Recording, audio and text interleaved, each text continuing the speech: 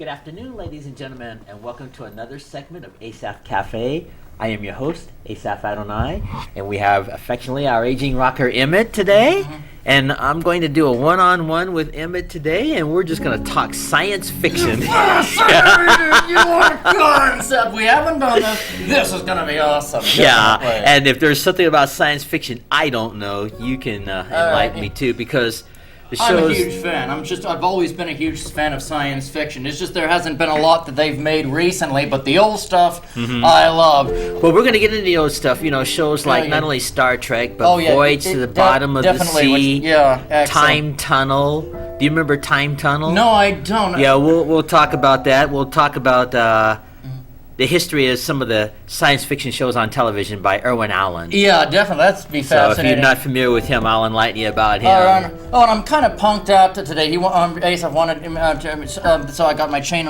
Tried to spike up my hair, but not. No, very your well. hair looks fine, and it's perfect. So, and when I put the credits on, it's gonna be cool. Yeah. So, and I have my chain back, so I'm kind of punked out today. Even though technically I'm retired from the movement. That's okay. This is a perfect look while we're talking about science fiction. It is, really. It'll be fun. It'll just be so much fun. I'll say a brief prayer. Lord, thank you for our time together, O God, in Jesus' name. Bless our time together. Amen. So anyway, let's start out with the original theme, Star Trek, my version of it. Oh, yeah. Just play this. That's what got me into science fiction, as a matter of fact. That was my first exposure to science fiction, because even as a 5-year-old, I loved Star Trek. My parents loved Star Trek, my father loved Star Trek, and, some episodes they didn't like, and some they didn't like in general, but... Well, I understand, but I mean, just the show it itself, I loved Star Trek, and I loved the space battles, and I loved Mr. Spock, so I always called myself Baby Mr. Spock when I was 5 years old, and I really identified with him. And then I'll do this just for you then. On the lasers! Every time I think about lasers and Star Trek and that kind of thing, I just freak out. I just love that stuff, Okay, we'll have fun. I was gonna say something. Oh, do you remember Doctor Who then? Yes, I do. I loved Doctor Who. As a matter of fact, we'll cover all that too. Yeah, like even Tom Baker, like the Tom Baker episodes, the fourth. The guy with the scarf. Those were my favorite Doctor Who episodes. Fantastic. I don't like this newer Doctor Who. I think it's politically correct, but the old Doctor Who I loved. But yeah, but I just want to get to talk strictly science fiction. Perfect. And so we started off with the theme, my piano version of Star Trek. Yes. Fascinating. Now, see, I come from a military family. Right. And when my father came back to the United States, I was something like in the 4th grade. And I've told this story. I was stationed in Langley Air Force Base up there in Hampton, Virginia. And so on Friday nights, my parents used to let me and my brother stay up and we could watch Star Trek. It came on at 9 p.m. that time. Oh, yeah. In Virginia where we lived. And then when it went off at 10, my parents would watch the news and my brother and I would be sent to bed. Yep, definitely. But we always got to watch Star Trek. And that's how I got exposed to Star Trek. And of course... as a kid, you don't really appreciate science fiction as much as when you get older. That's the truth, yeah. You don't understand the whole depth of it, But, I really appreciate Star Trek because I like some of the messages. Oh, I love the messages. They're still relevant. Like they are. You remember that episode they had, let me play some chords in the background while we're talking. You remember that episode they had the two creatures that were half black on... That was an excellent on the white one. That was fantastic. They were black and white, and one was black on the left side, and the other was white on the left side. So the one that was black on the left side and white on the right side didn't like the one that was white on the right side and black on the left side. And so that just hit home. It was like a message that they were sending. Yeah, and when they got back to whatever the planet was. It was destroyed in a race war. They had both sides had wiped each other out of racial hatred. Yeah. And they went back to that, planet and killed each other off, and there was nobody left, all because of racial hatred. Yeah. And, I know that was done in the 60s, but that is still relevant today in a sense. And that's one of my favorite episodes. It is. I sort of got some of those lines memorized. Yes, yeah. Like, I'm not going back to that planet. You're coming back to this planet, you half white. Yeah, exactly. You remember those lines? They had those lines in there. Yeah. But no, I understood the context of that. Yeah, same here, yeah. Racial prejudice is the stupidest thing. Oh, it is, yeah. It shouldn't matter what color a person is, what their nationality is, what their background, their religion. None of that should matter. Yeah. As far as what the statement that we're making. Yeah. And I think that if our culture learns that lesson, we won't wipe each other out like that fictitious Star Trek. But yeah, when I was a kid, I watched all those science fiction. I looked at Star Trek. I looked at Voyage to the Bottom of the Sea. I looked at a show called Time Tunnel. I'll talk to you about that in a moment. I've never heard of it. I think I've heard of it briefly, but I don't remember what it was. I never saw it. I never got to see it. Well, basically, all those shows, Voyage to the Bottom of the Sea, Time Tunnel, Lost in Space, they were all written by the same creator, Irwin Allen. And so Time Tunnel was the show where they had these two, I guess they were like scientists, and they were working in this, like big giant laboratory, would be the way to describe it. And on the screen, there was like a hallway, a corridor.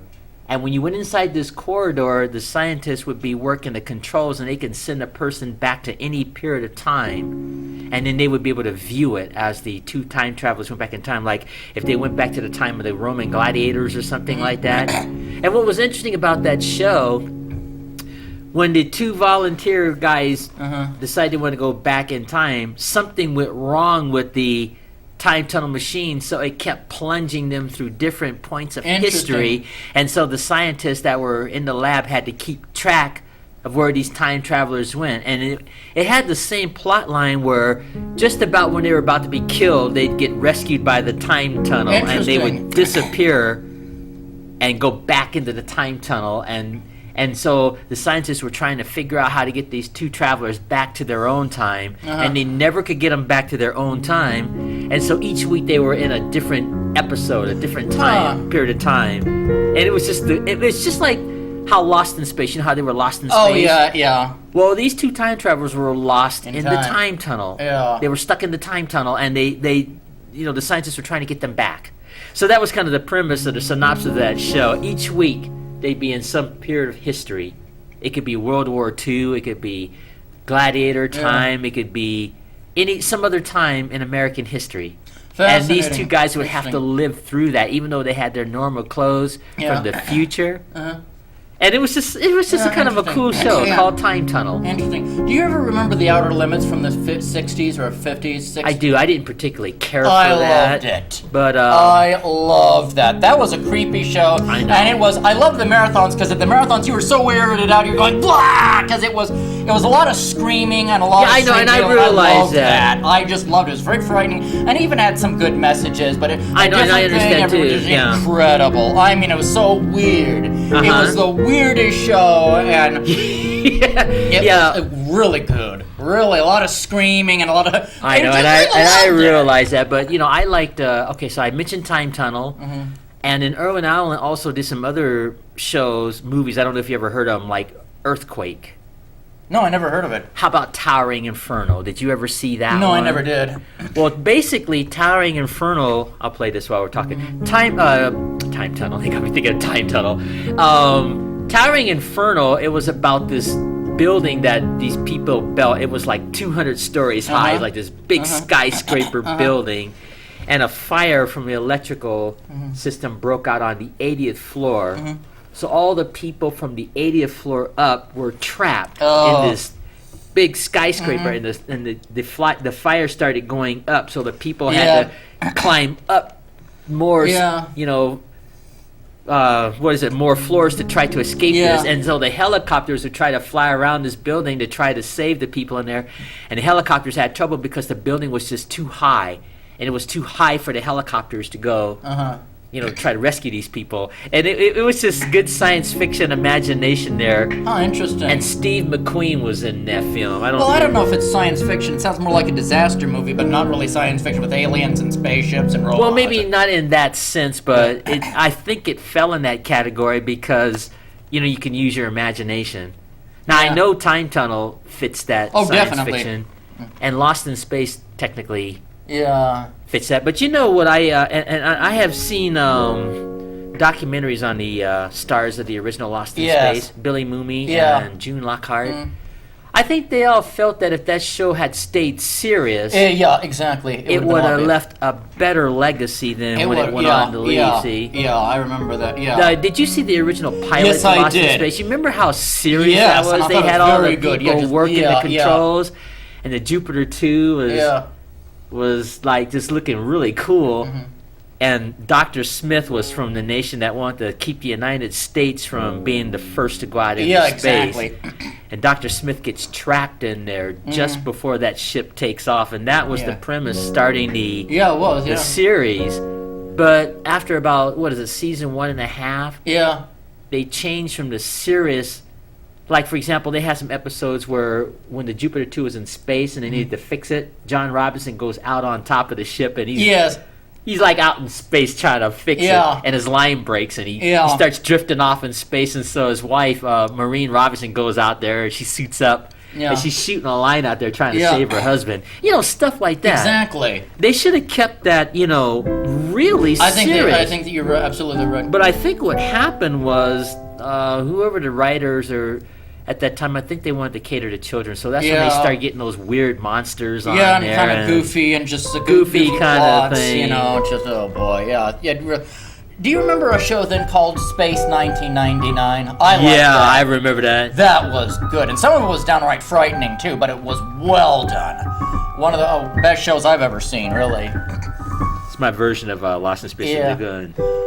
For me, when I really became a die-hard science fiction fan, was when I saw Star Wars. There's a period I called before Star Wars and after Star Wars. Because before Star Wars, there were some Star Trek and Space 1999 and a few things on cartoons, back when we had Saturday morning cartoons, but nothing really major. At first, I didn't want to see Star Wars because it was PG, and I thought I'd be afraid of it. It was going to be my first PG movie ever, and I was 9 years old. My mother took me to see Star Wars. She really wanted to see it, and I loved it. I just loved it. Now, you talking about the original? Yes, 1977 George Lucas's Star Wars. Well, I only liked the first three. I lost interest after the first three. Yes. And I'm not criticizing Star Wars. Yeah. I know that reaches the next generation of folks. Yes. But I just like the first three. And, same here. I hated Jar Jar Binks, and I thought Jar Jar Binks was a racist character.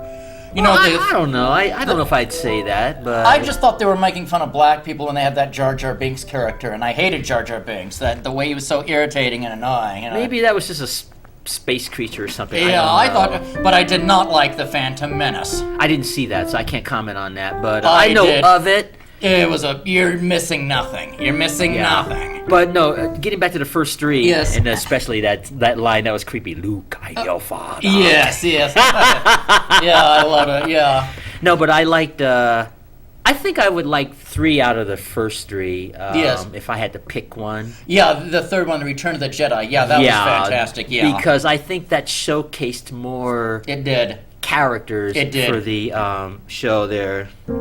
That was well done, just well done. And Space Wars! But anyway, it just, before, like Star Wars, there wasn't much, science fiction. But then, after Star Wars, everyone in Hollywood and everyone in TV land looked at that and said, well, if that's popular, we want to make our own Star Trek, not Star Trek, we want to make our own science fiction, space war, shoot 'em up type things too. So then we had Battlestar Galactica and Buck Rogers. I remember. And I loved it. And we had stuff in the movies like Star Crash, Message from Space, or Battle Beyond the Stars, Buck Rogers, and a lot more on, Saturday morning cartoons. It was filled with science fiction, even like Battle of the Planets, with kind of a R2-D2 imitation called Seven Zark 7, and that was great. Yeah. Well, technically, and I loved it. I think you could put Planet of the Apes in that category. The you original. Could, yes, you could. It was science fiction. Yeah, it was. But anyway, I want to kind of get a chronological thing and keep on it. So we talked about Time Tunnel, which you can look it up. Oh yeah, you might like it. Yeah. But as I mentioned, all those shows like Time Tunnel, Lost in Space, Voyage at the Bottom of the Sea, they started reaching kids, and it just didn't.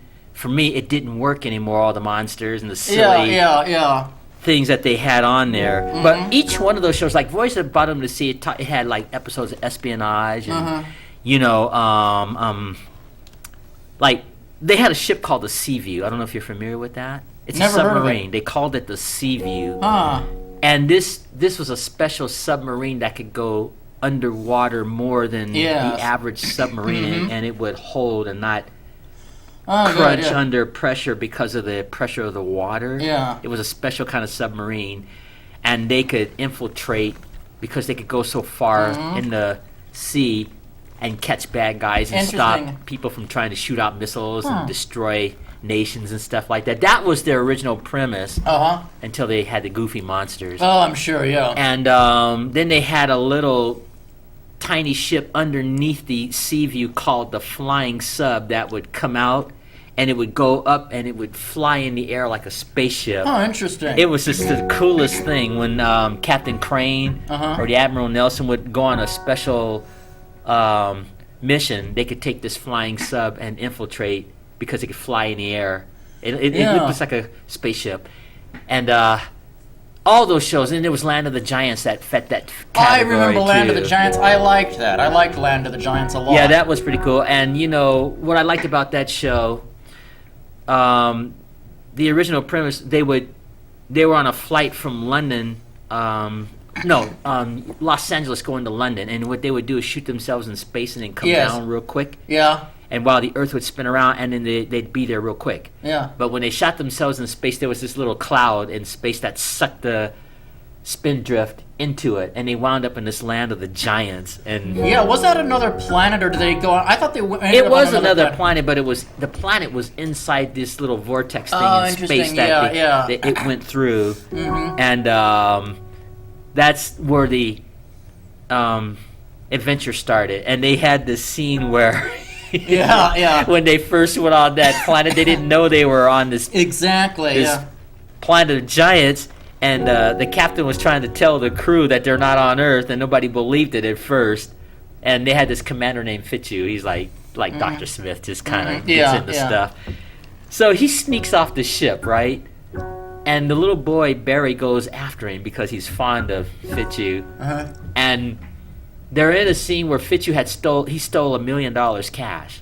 He thought he was going to try to get away, right? So he's like walking in this giant forest, not realizing where he is, and the boy's following behind him. And all of a sudden, this big cat just goes, "Rah!" And it was like this huge giant cat, and the cat takes his paw and he goes after Fitzhugh and knocks the briefcase with the money off, and then. All of a sudden, he and the boy, they run back to the ship, right? Open up! And then one of the captains opens it, and he screams at Fitzhugh for leaving the ship, and then Fitzhugh's like, "We gotta get away! That thing is after us!" And when the captain opens the doors, this big cat like, "Rah!" And then the cat's trying to get inside the ship to eat them up. And, I mean, what a great imagination. It is. It's fantastic. And they should have just kept every single one of those shows serious. They should have. Instead of the monsters and so on. Yeah, I agree. Did you ever like the Twilight Zone, the old Twilight Zone with Rod Serling in the 15th century? Some of it. I didn't care for all of it. Yeah. But, well, not all of it's great, but a lot of it was. A lot of it was. Yeah. They have often Twilight Zone marathons on the Sci-Fi Channel, and I just love that old Twilight Zone. Yeah. I just loved it. I just thought it was really great, really imaginative, you know. Yeah, I know it's pretty good imagination. In fact, I happened to glance at a conclusion of an episode of the Twilight Zone the other night on MTV. There was about this middle-aged couple. They were very old. Yeah.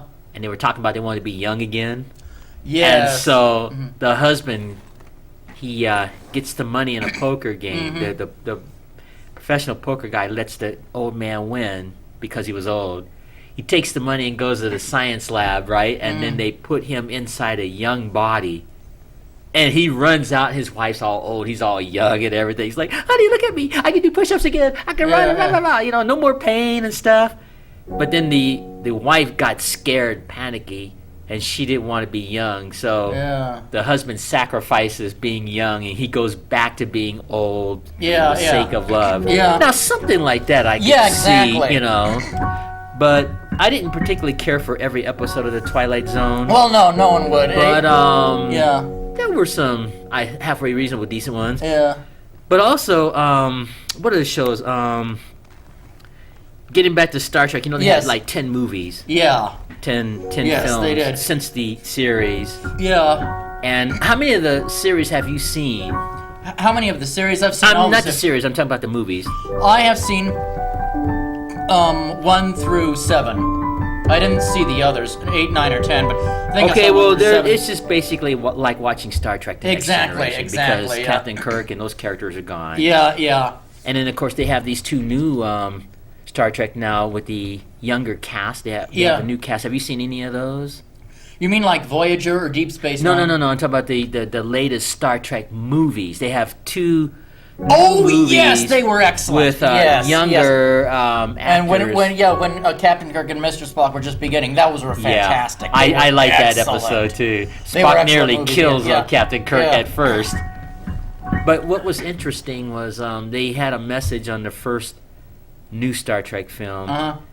Because it shows Spock's childhood. He's like half Vulcan. Yes, indeed. So he gets teased by the Vulcan kids, and he had to deal with that. Because he was like, it's almost like interracial in a sense. It is, yes. The message they were saying, because he was half and half. Yes. And his father was trying to get him to see that didn't really matter in this new movie. Yeah. But that was something that this character Spock had to find out for himself. Yeah. And he embraces his Vulcan side. Exactly. And then when he gets into Starfleet, the new one, it's just like the TV series, only just a little bit more fancy. Exactly. I loved those movies. Yeah. Yeah, that's neat. Yeah. Yes, Twilight. Well, not even there were some episodes of the old Star Trek I didn't like the religion bashing ones. They did parallels on religion that, where they were trying to prove there's no God or religion is bad, and I did not like those. Yeah. I did not like those at all. No way. Well, I don't particularly care for every Star Trek. Oh, yeah, absolutely. Some are. I like the ones that I felt were more science fiction, like. Yes. Like Obsession. Do you remember that episode? That was the episode where there was this cloud that would suck the blood out of people. Very good, And Captain Kirk, his character before he became captain, he had sort of panicked. Yeah, I remember. Yeah, trying to kill this thing, and he carried that guilt. So when he became captain, he had another encounter with that thing, and he starts reverting back to when he was a young ensign. Yeah. Instead of thinking like a captain. Exactly. And he was so focused on trying to destroy this thing because the thing killed young Kirk's captain. Yeah. And he finally gets the psychological help he needs in that, and he goes on to defeat this thing the second time. Yeah, that was very good. So those kind of episodes I like. Yeah. Dr. McCoy helped him to. Become Captain Kirk. Exactly. So that was kind of cool. My favorite Star Trek episode has got to be the Doomsday Machine. Oh, yeah. I high-five that one. Yeah, absolutely. That's my personal favorite, too. Yeah, great Space Wars. Excellent plot. Fascinating. Yeah, that was fantastic. I still look at that every once in a while. And another thing I liked about that episode, from the psychological point of view, remember we were talking about James Kirk? Yeah. Well, Captain Decker was so fixed. Yes. Because he lost his crew. Yeah. And so from a psychological point of view, I can see his reaction. Exactly. Yeah. How he would react like that, get so focused on destroying this thing.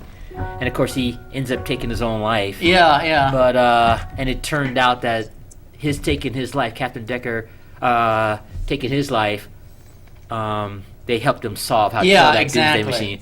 But that's a pretty cool episode. Yeah, it was. I loved it. And what's his name? William Wyndon. He just did a brilliant job on that. And we got about 20 minutes left. Yeah. This is gonna go by fast. Yeah. The Doomsday Machine, that was my personal favorite of all the Star Trek the series. And then of course the synopsis, which I think basically in the movies. The Voyager probe was shot in space hundreds of years ago to collect data. Yes. And it was out in space so long that the words Voyager got smeared and it became That was Voyager. Star Trek the motion picture. Yeah. And so Voyager had acquired so much knowledge that it became a living machine, and so it decided to go back to Earth looking for its creator. And so Kirk had to solve that. Yeah, that was very good. Yeah. And then basically The Wrath of Khan. Remember yes. The series, they exile Khan and his wife and his companions on the Ceti Alpha planet, And so in the movie, there was Ceti Alpha 5 and Ceti Alpha 6. Yes. They went to the wrong Ceti Alpha, which is where Ricardo Montalban's character was. He, of course, hijacks that ship and he goes after Captain Kirk. That was a wonderful film. Just like the first time. And then, of course, he kills Spock at the end. And so Kirk's son builds the Genesis device. So when they have Spock's funeral, they shoot his remains into the Genesis device. And anything dead comes alive. So that's brilliant writing. So that's how Spock's body gets rejuvenated. And, of course, the soul of... is put into Dr. McCoy. So they have to take McCoy and Spock's new body to Vulcan and transfer Spock into himself. And then number 4 was basically about the connection with the whales that was in communication with a whale probe in space. And so when the communication stopped, the planet sent this probe in the shape of a whale to find out why communication was broke. And so it starts wreaking havoc on the Earth looking for the whales. And so, of course, Captain Kirk has to go back in time, bring 2 humpback whales into the future to repopulate the species. And then, of course, number 5 was the search for God. Because Spock had a half-brother that didn't That was a turkey of a movie. He didn't embrace the Vulcan. He was human. He would cry and have emotion. So he hijacked, Spock's half-brother hijacks Enterprise looking for God. And, of course, they wind up on this planet, and Spock's half-brother thinks it's God. It's really an alien that was trapped on that planet and wanted to get off. And Kirk got suspicious because the alien didn't know what a starship was. God is supposed to know everything. So that's kind of goofy, but... And then number 6 was even better. Number 6 was good, That's my personal favorite of the movies. Number 6, The Conspiracy. Because... the president of the Klingon Empire decided he wanted a peace treaty with Starfleet. So that didn't sit well with some of the admirals in Starfleet, and it didn't sit well with some of the admirals and stuff in the Klingon world. So they both teamed up, not because they were friends. They still had motives. They wanted to assassinate the president of the Klingon command, which would trigger off another war and keep the war going. So, of course, Kirk had to solve that. My favorite one, however, was Star Trek The Motion Picture. That was beautifully done. I've got the soundtrack at home. It was well done. Wonderfully done. I do like it. And they had some classic lines. They did, Lieutenant Ilia, when they hijacked her, turned her into that robot. She's on the Enterprise. I got this memorized pretty much. I've been watching this so many times. She's like, "You are the Kirk unit. You assist me." I just love that line. Exactly. I've been programmed by Vija to observe functions of the normal functions of the carbon-based units. Listen to that line, carbon-based units. I know, It's just brilliant writing, It is. And I just like that. And so, of course, everybody is a unit except for Decker. Because of the relationship that Alia has. And I like how they solve it. Spock figures out that V'ger's a child. So they start treating V'ger like a child. Remember when Kirk psychs it out and says, "Hey, the carbon units know why the creator has not responded." She's like, "Disclose the information." Kirk's like, "Not until V'ger withdraws the devices orbiting the 3rd planet." Because V'ger was ticked off because couldn't find its creator, so it was going to destroy the Earth and all the carbon-based units. And so Kirk was using some psychology. And she's like, "Kirk unit, disclose the information." Kirk's like, "No." I loved it. And so the thing is a temper tantrum, starts zapping the Enterprise with all this electricity and stuff, trying to get this information. But that's just brilliant writing. It is. How people could think that stuff up, you know? One of my favorite episodes of the old Star Trek was the one about Trelane, was the Squire of Gothos. That was funny. You know who I think of when I see that? I think of Liberace. I wonder if they had Liberace in mind when they wrote that. Because think about it. The Squire, he was a pianist. Yes. You remember that? Yeah, the Squire of Gothos, Trelane. He could play the piano like Liberace, and he had the outfit on. I can't remember if they had a candelabra on the piano or not. I never thought. It was a harpsichord he had. It was a harpsichord, actually. Yeah, and it just reminded me of Liberace, and I wonder if they had Liberace in mind. I never thought about that. But the thing is, probably with his concerts and commitments, he probably didn't have the opportunity or the time. And if they could have got the real Liberace on there, that would have been great. But I just thought it was silly. It was a funny. I mean, he was this immature. He was an alien being, but he was still like a 10-year-old or a 5-year-old, and he didn't understand. He was a god of war, and he just wanted everyone to fight and just torment. It was funny as heck. I thought it was So funny. He was such a brat. I thought it was funny, and the lines were great on that. Something about stop this nonsense. It was, when his parents found out what was going on. He didn't realize the concept of death. Exactly. So, he didn't realize that the humans were vulnerable people. Exactly. Just a spoiled little boy. Yeah. That knew how to make planets and stuff. Yeah. But that was an interesting episode, and I tell you, science fiction. Oh my goodness. Yeah, I love it. Yeah. And let's see, what are the shows that they had when I was a kid? Well, Ultraman. That was sort of science fiction. I don't know if you're familiar with that. No, I'm not. Well, Ultraman was this big giant creature from a planet called M78 in the 40th galaxy. And how the premise of this program, there was a monster called Bimlar that looked like Godzilla that could fly a ship. It's funny how you got a Godzilla that can fly a ship. I know. So anyway, Bimlar gets away from Ultraman, so they're flying their little ships through space. Bimlar goes into the Earth's atmosphere, and while he's in the Earth's atmosphere, the Science Patrol sends one of their guys to check it out, right? So they send Hayata to check it out. And so when Ultraman goes into Earth's atmosphere, he crashes with Hayata's ship accidentally and kills Hayata. So to make up for it, Ultraman decides to give Hayata Ultraman's life. So they become one. And they're going to fight monsters.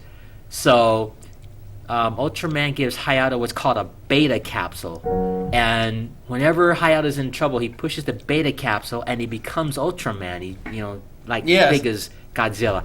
So Bimlar is still cutting loose on the Earth, right? He's wreaking havoc, and the Science Patrol can't stop him. So Hayata turns into Ultraman, and then that's how everybody discovers who Ultraman is. And he goes after that Bimlar, and they have this big fight, like this Godzilla fight scene, and Ultraman kills it, and then he stays on the Earth for Hayata's sake. And then from that pilot episode, all these other monsters start showing up on the Earth. Like Godzilla monsters, and Mathra, and Rodan, and all the rest of those kind of... And it's Japanese little half-hour science fiction thing, and that I would have liked it. Sounds like so. Yeah, they have it posted on YouTube. Hulu and YouTube and stuff. The pilot. It's called Ultraman. Yeah, I even liked it as far as I'm not a big fan of quote-unquote anime, but I do like the Japanese animation of giant robots and spaceships, like the old, what was it called? Shogun Warriors. There were a series of giant robots that were manned by humans, and like Vogus 5. It was on Showtime one time. This giant robot with a space sword that would destroy spaceships, and other robots go Vogus 5, and it was great. All right, let me play something. This is from a science fiction show. Tell me if you recognize this.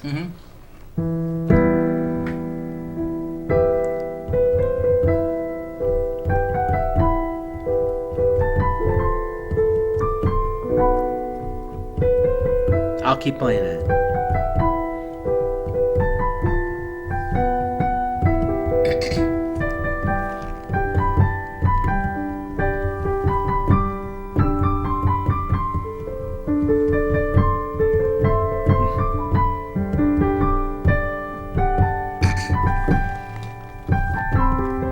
Recognize? Nope.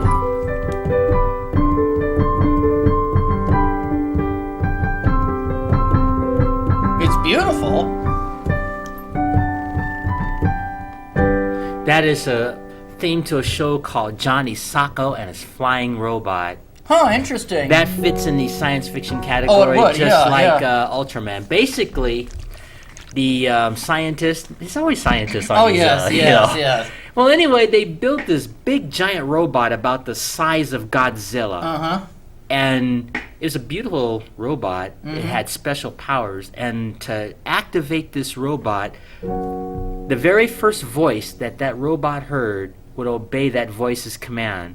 And so they had Johnny Sokko. He was taking a tour of the science lab where the giant robot was. And he accidentally speaks into the microphone, and the robot hears this child's voice. And once that voice goes into the robot, no other voice can program this robot. Because that's the way it was created. So they had to indoctrinate this child into the world of fighting the monsters and so on. And they had to train this boy how to operate that robot since his voice went in there. And so that's how come it became Johnny Sokko and his flying robot. And what was cool was this robot had a lot of power. He had what was called a mega punch. And when he was fighting these Godzilla monsters, when that robot would go like this, that monster would fly way back because that robot had power. And he could shoot fire out of its arms, and he could shoot missiles out of his fingers. Yeah. Like Johnny Sokko said, okay, giant robot, missiles. And that thing would go... Yep. And then it'd have all these like metal sounds, and it would shoot these missiles. Yep. And then that thing could fly too. Giant robot, fly! And so the kid would be inside the palm of the robot, and that thing be flying through there, and that kid would be guiding this giant robot how to fight these monsters. And then when the robot would land, if that kid says, "Giant robot, mega punch," that robot would do a punch.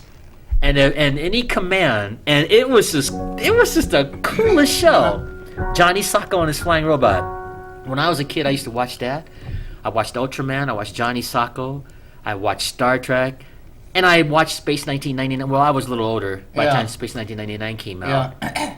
And what I liked about that show, it's always the bad guys always trying to sabotage something, right? Yeah, yeah. So the bad guys were trying to blow up this laboratory that had like all this explosives, and when they blew it up, it caused the moon to shift out of its orbit from the Earth, and that's how they got trapped out there in Space 1999. So they're trying to figure out how to get the moon back. How to get the moon back to its proper orbit around the Earth, and that's brilliant writing. Yeah, that was an excellent show. That was just an excellent show, And Martin Landau, the actor, I think he and his wife Barbara Bain, I think they were really smooth. Oh, yeah, they were, really smooth in that series. But yeah, I used to watch Space 1999. In fact, I used to have one of those spaceships when I was a kid, too. Oh, cool. You know, the I forget the name of the ship, but it was from Space 1999, a little model ship that I used to have. I used to have an Enterprise, and I had a Space 1999, and I had a Jupiter too, I think, once. Cool. You know. I had a ton of science fiction toys and spaceships and action figures. I called it a space station because I wanted to put them and keep them well done. I have a picture of it somewhere, just a bunch of bricks and boards to put on with all my spaceships and action figures, and then I called it a space station right in my bedroom, and I loved it. And I loved playing, science fiction all the time with action figures and that kind of thing. I loved science fiction so much as a kid. I just was completely obsessive compulsive on it. Oh, yeah, me too. Yep. Yeah, it's fascinating, It was fascinating, and it just, especially after Star Wars came out, I was in science fiction heaven, Well, when Star Trek was sort of still somewhat in its heyday. Yes. When I was in junior high, I used to carry a phaser. Oh, fascinating. I'm talking about the phasers that they had on the Star Trek series. Yes. Well, I had I think it was a little belt, if I remember that right, and I had a little phaser gun. I used to walk around as a junior high school student, and I'd carry this phaser. Oh. I think the teachers must have thought, where did this kid come from walking in class with that phaser? But I used to have a phaser gun. Cool. When I was in junior high school. I think it was like in the 7th grade. Yeah. And I thought I ruled the school with this phaser that it didn't even work. But I carried it. That is cool, yeah. And my parents didn't seem to stop me at the time. Yeah. I mean, I still did my studies and and my schoolwork. Yeah. But I had my little phaser gun. Fascinating. It looked just like the phaser, that had the little pointy metal thing sticking out. Yeah. And so those were just some fun memories as a junior high school student. Yes. And let's see, what other science fiction shows were there? I saw all the Godzilla movies. Oh, yeah. When we lived overseas, it cost 25 cents to go into a movie theater when we lived in Taiwan. And my mom would drop me and my brother off, and we used to watch all these Godzilla movies. Cool. And one of my favorites was a movie called Destroy All Monsters. I don't know if you ever saw that. I don't think I have. This is one where they had like all the monsters team up, like Godzilla, Mothra, Rodan, and all the rest of them creatures. They all like kind of teamed up. Like, they were like going after the people on the Earth. And there was no Ultraman to save them. Yeah. So, I looked at those, but they had a bunch of those kind of films in Taiwan. And so on Saturdays, my brother and I would just hours be watching all these That's cool. monster movies and stuff That's like cool. that. I always loved those too. They were on Science Fiction Theater. That's what it was called over in Tucson, Arizona. Yeah, well, it was just more like monster characters that would just shoot fire at their mouth and destroy buildings. I loved it. I loved it. And it was always this one guy that could figure out how to zap them of their power or yes, something. And it was always the city of Tokyo. Yes, Tokyo always got targeted in these movies.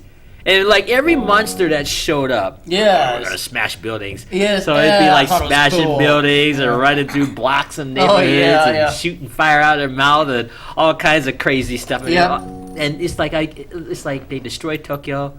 Yeah. Gets rebuilt. Another monster comes and destroys it. Yes. Same plot line, but when you're a kid, you just think it's cool. And of course, getting back to Planet of the Apes, I remember one time my brother and I, we went to a marathon. I'm talking about the original Planet of the Apes. Yes, not the new one.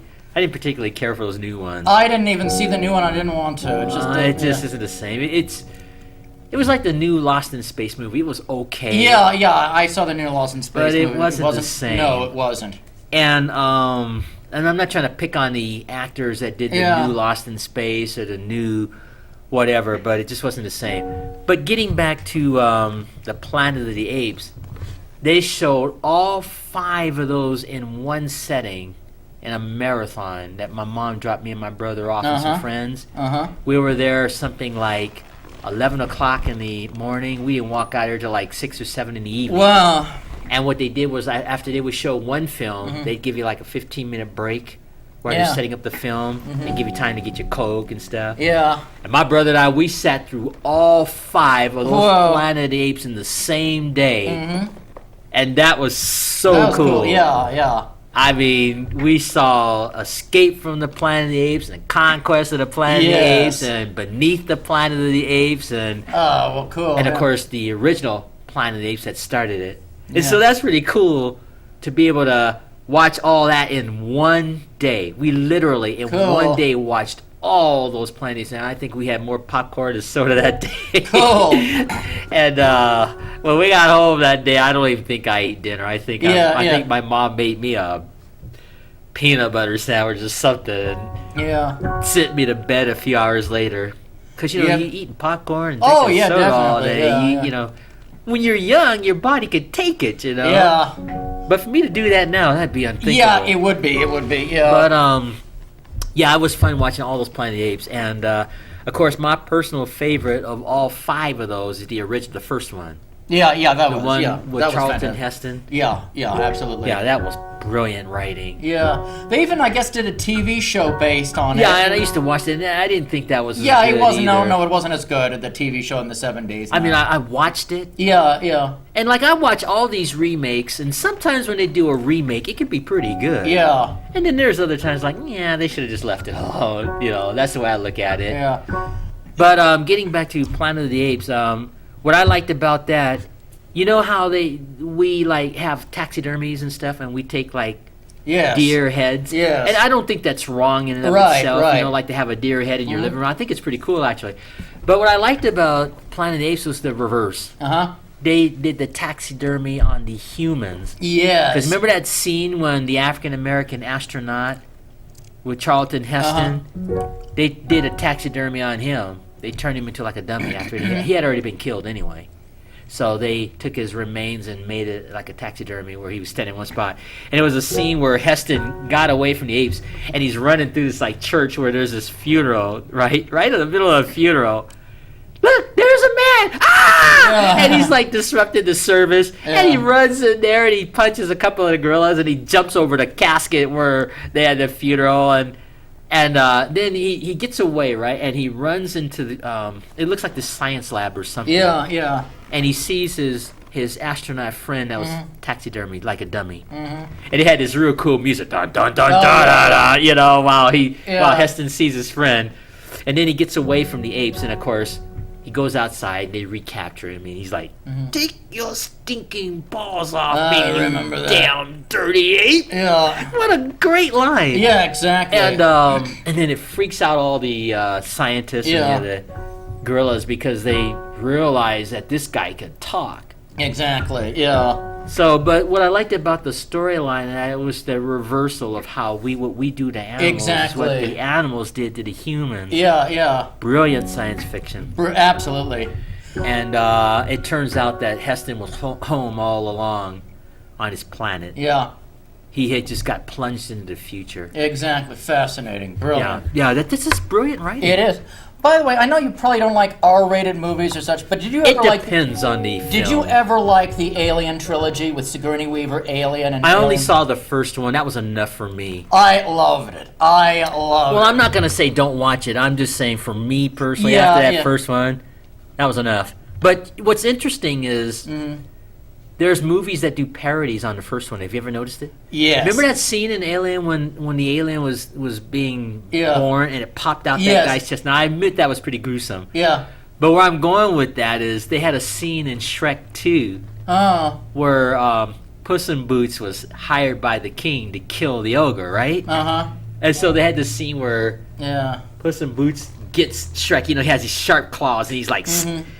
stabbing Shrek, right? Yeah. And he goes inside Shrek's shirt, and Shrek's like, get it off, and the thing pops out of Shrek's shirt, just like the Alien movie. Oh, yeah. They borrowed that scene, they were doing this parody, and all of a sudden the cat goes after Shrek some more. Yeah. And then the cat, in the middle of the fight, coughs up this fur ball, and so Shrek ends up saving the cat's life, so they become friends. But my point is, they do these parodies on the first Alien. There's a lot of parodies in some movies where something's always popping out of someone's chest. Yeah. But when I first saw that, I just squirmed so bad. Oh yeah. And then that scene when Alien's growing up and it gets in Sigourney Weaver's face like that. Oh man, that was when I saw it, I'm like, I'm done. Yeah. That's it. I'm out of here. I'm not gonna look at any more of this after I went through the first one. Yeah. I know it's science fiction, and I did watch. I did watch it. I thought it was excellent science fiction combined with horror, but there could, I think it's very plausible, and it had a good, a plot line to it because the company wanted, for the bioweapons division. That's why they were sent there. Crew expendable. Yeah, I know, and I realized that. And then there was another one, not Space 1999, Space Odyssey. Did you see that? No. When it goes like this. Never did. Huh? It goes something like this.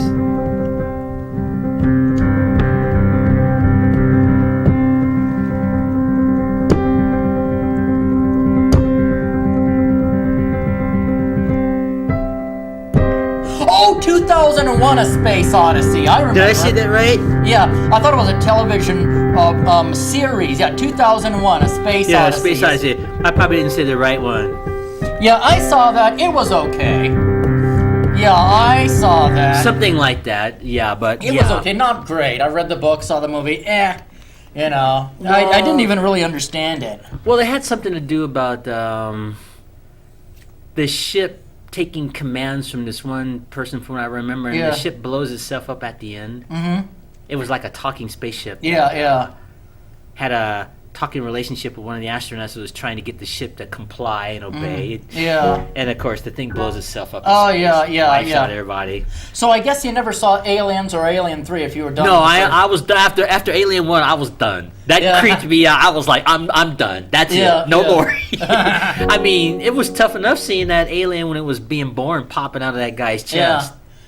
Then you wouldn't want to see Aliens or Alien 3. I could probably handle it more now if I were to see it than at the time when I saw it. But no, really, I was like, I'm done. That's it. No more. I just was creeped out. Yeah, I just thought it was brilliant writing. But no, I'm not saying it's wrong. There's nothing wrong with it. Yeah, absolutely. It was just too much for me at the time when I did see it. I thought Alien 4 Resurrection was stupid. If you follow the trilogy, they tried to make a fourth one. Oh, they did? Did they have the same actors? Yeah, they had Sigourney Weaver, but here's a stupid thing. In Alien 3, she dies because she's impregnated or whatever, but one of the aliens. Well, I knew something of that caliber had happened. Yeah, but in Alien 4, they got a sample of her blood or DNA and recloned her with an alien, so the company got these aliens by recloning Sigourney Weaver and the alien. And I think that's implausible. That's kind of ridiculous. And then there was some weird thing where there was this alien-human hybrid. Nothing made any sense in the movie. I thought it was a really badly done movie. I didn't see okay. Yeah, and I didn't like Alien versus Predator or even the Predator movies. They were boring. Let's see if it figures out.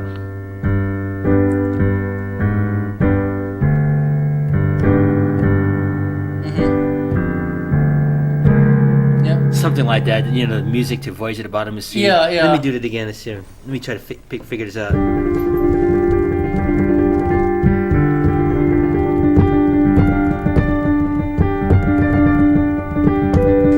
You recognize it? Nope. Yeah, I never watched a series, and it's on so late. I really am not going to be able to see because I'm usually in bed by then. You know, I used to stay up. Now I'm just kind of going to bed at 10 or 11 at night. You know. And it had that chord that went something yeah. like that. It was a pretty cool show. In fact, you know, we got Me TV here in we do. Yeah, Montana. Yeah, so I usually stay up late Saturday night, Sunday morning to watch a little bit of Voyage at the Bottom of the Sea. Cool, yeah. And, see, I have a ritual, I guess I call it. I watch Wonder Woman first. Yeah. Yeah, because she's hot. Yeah. and then I watch Star Trek, and then after the news goes off, instead of watching that silly old Saturday Night Live, I go back to Me TV, and I wait till something like 11 or midnight, whatever. And Lost in Space comes on, and then Voyage at the Bottom of the Sea comes on, so you get to watch them back to back.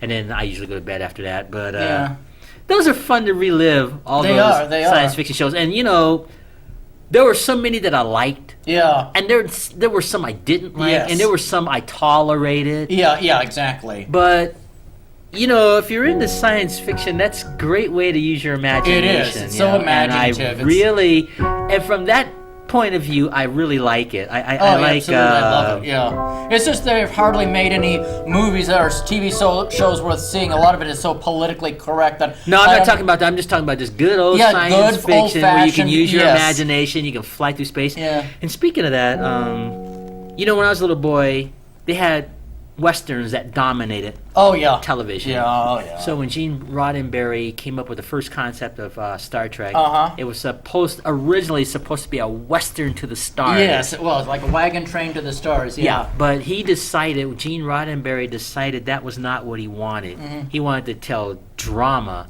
based in space. Yes.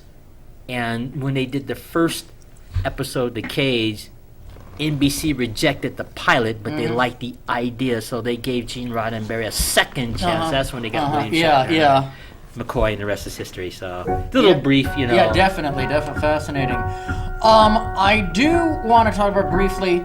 You know, we love Star Wars. At least I love the Star Wars. They made a new movie last year. It was called Star Wars: The Force Awakens. I heard of it. I have not seen it yet, but you haven't missed anything.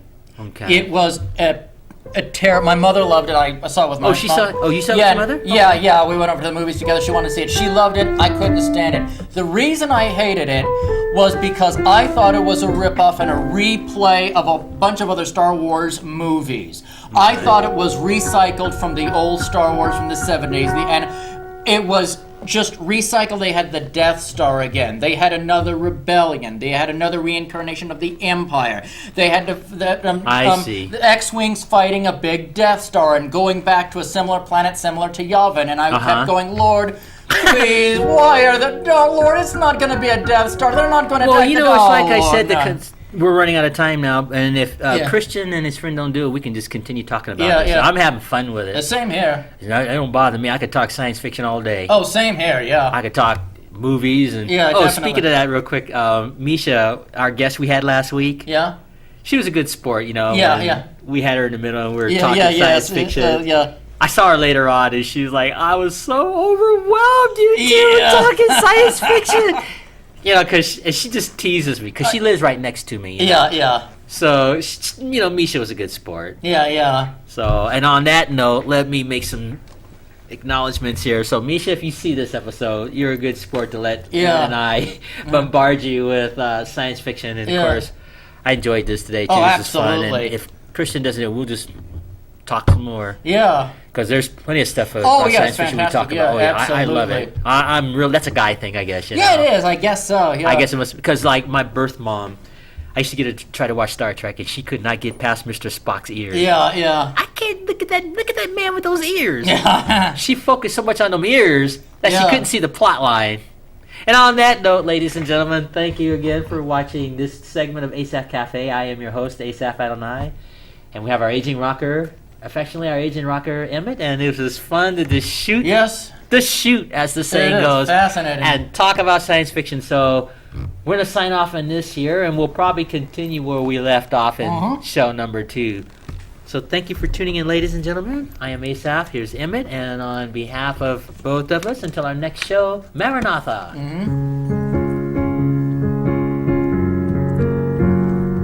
The spinning dryer. Yep.